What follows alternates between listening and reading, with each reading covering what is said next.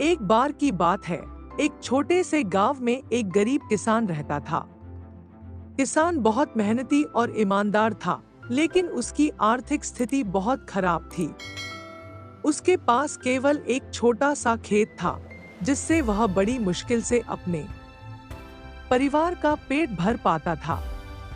एक दिन किसान अपने खेत में काम कर रहा था, तभी उसे जमीन के नीचे कुछ चमकता हुआ दिखाई दिया। उसने क्यूरियोसिटी में उस जगह को खोदा और वहां से एक छोटा सा बर्तन निकला। बर्तन बहुत पुराना और सुंदर था। किसान ने बर्तन को साफ किया और देखा कि वह बर्तन जादुई है। बर्तन ने कहा, मैं एक जादुई बर्तन हूँ और मैं तुम्हारी हर इच्छा पूरी कर सकता हूँ।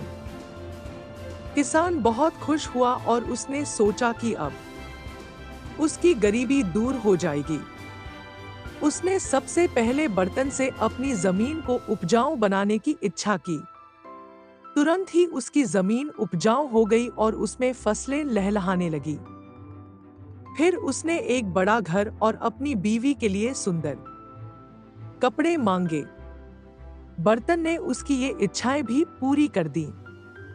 धीरे धीरे किसान ने अपनी हर छोटी बड़ी इच्छा पूरी कर ली।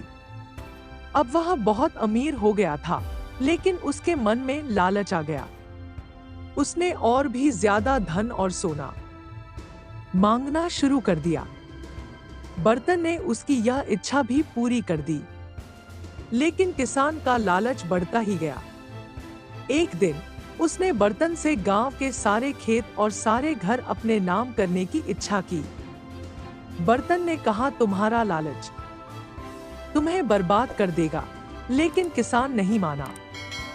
उसने अपनी जिद पूरी की और बर्तन ने उसकी यह इच्छा भी पूरी कर दी। अब गांव के सारे लोग बेघर हो गए और किसान के खिलाफ हो गए। उन्होंने राजा से शिकायत की। राजा ने किसान को बुलाया और उससे पूछा कि उसने ऐसा क्यों किया। किसान ने सारी सच्चाई राजा को बता दी। राजा ने जादुई बर्तन को अपने पास मंगवाया और किसान को उसकी गलती का एहसास दिलाया। राजा ने बर्तन से सारी चीजें वापस गांव वालों को लौटा दी और किसान को उसके पुराने खेत में वापस भेज दिया। किसान ने अपनी गलती मानी और फिर कभी लालच न करने का संकल्प लिया।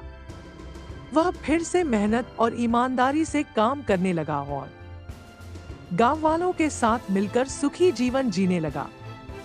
इस कहानी से हमें यह सीखने को मिलता है कि लालच बुरी बला है और मेहनत और ईमानदारी से ही सच्ची खुशी मिलती है। दोस्तों, आपको ये कहानी कैसी लगी कमेंट में हमें जरूर बताएं। मुझे आशा है कि आपको इस कहानी से बहुत सीख मिली होगी। तो चलिए मिलते हैं अगले वीडियो में, तब तक के लिए जय हिंद।